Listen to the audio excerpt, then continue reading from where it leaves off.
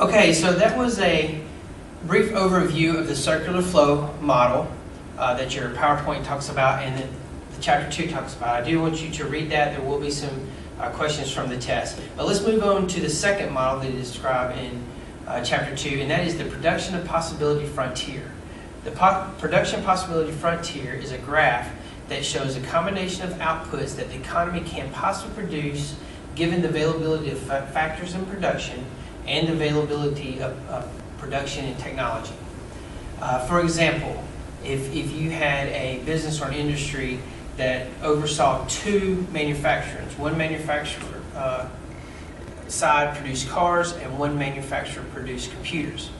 If all the resources are devoted to producing nothing but cars, then let's say they would produce 1,000 cars and then 0 computers. If all the resources were sent to computers, maybe they could produce 3,000 computers and 0 cars, which we know that that doesn't work in supply and demand.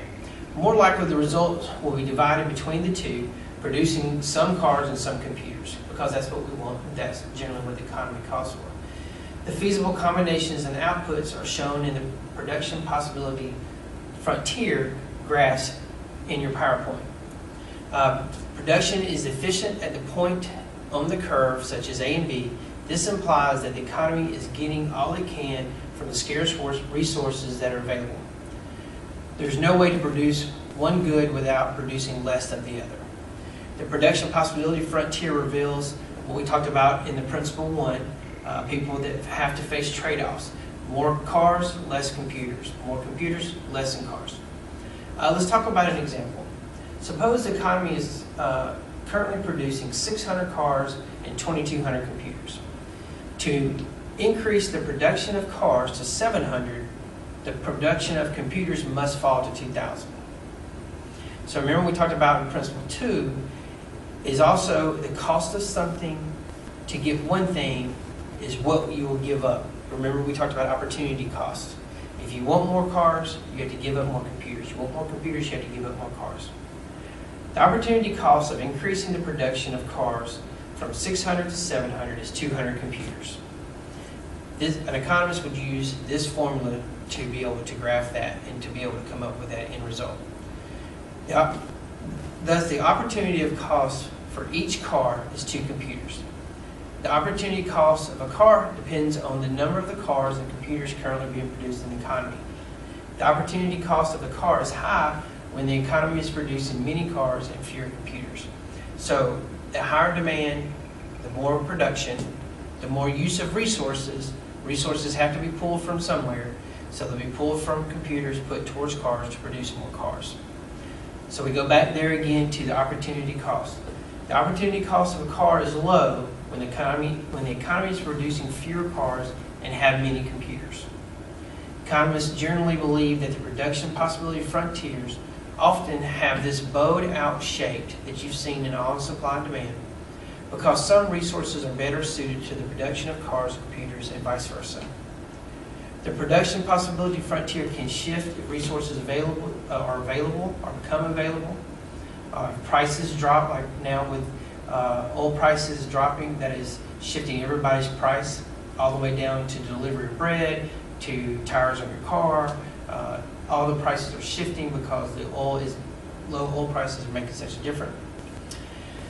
So the production possibilities frontier can shift if resources are available and technology changes. Economic growth can happen.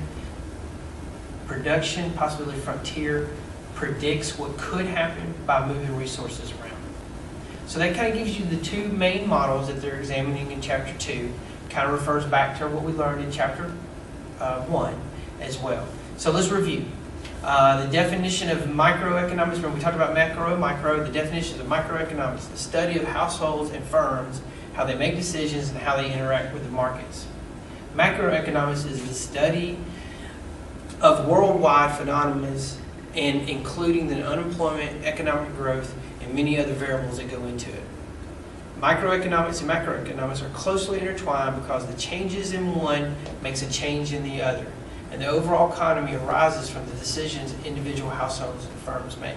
So basically, the decisions that are made at the micro level aggregate to the macro response. But they do address different questions. And in generally, you will see this course being taught in a microeconomics course and a macroeconomics course. In fact, I believe this book can be used in both of them as well. But for us, we're cramming it into this one class, and so I'm going to try to get through as much of it as I can so you get a good concept of it. Remember we talked about economists being policy advisors, working with governments, government local, city, statewide, federal. Also working with businesses and industries. A lot of business and industries want to know if they move these resources to this production, what is their outcome going to be. Remember we talked about the difference between positive and normative statements. That will be on your test.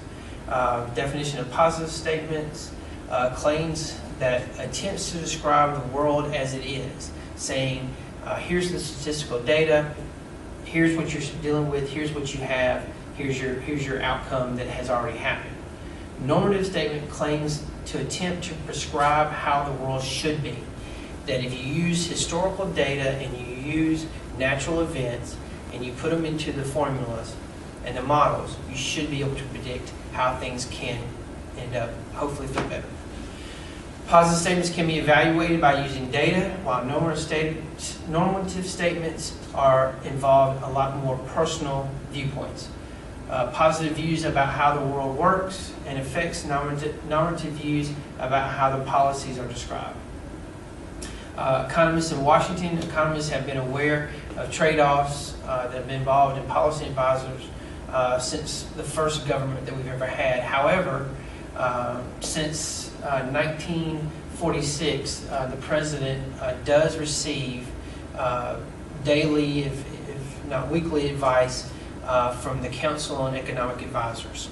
That was created in 1946, and you will see as their reports come out or as they give information to the federal government then makes predictions and possibilities of outcomes handed down to the states, and the states handed down to local governments too as well.